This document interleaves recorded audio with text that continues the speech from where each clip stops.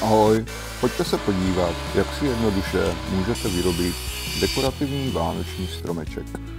Stačí vám pár prken a pokosová pila nastavená na úhel 30 stupňů. A protože smrk celkem píchá, tak jsem ho radši obrousil do hladka. Pak stačí už jen poskládat, slepit a podle fantazie a vkusu přidat třeba baňky, světýlka a stromeček máte hotový.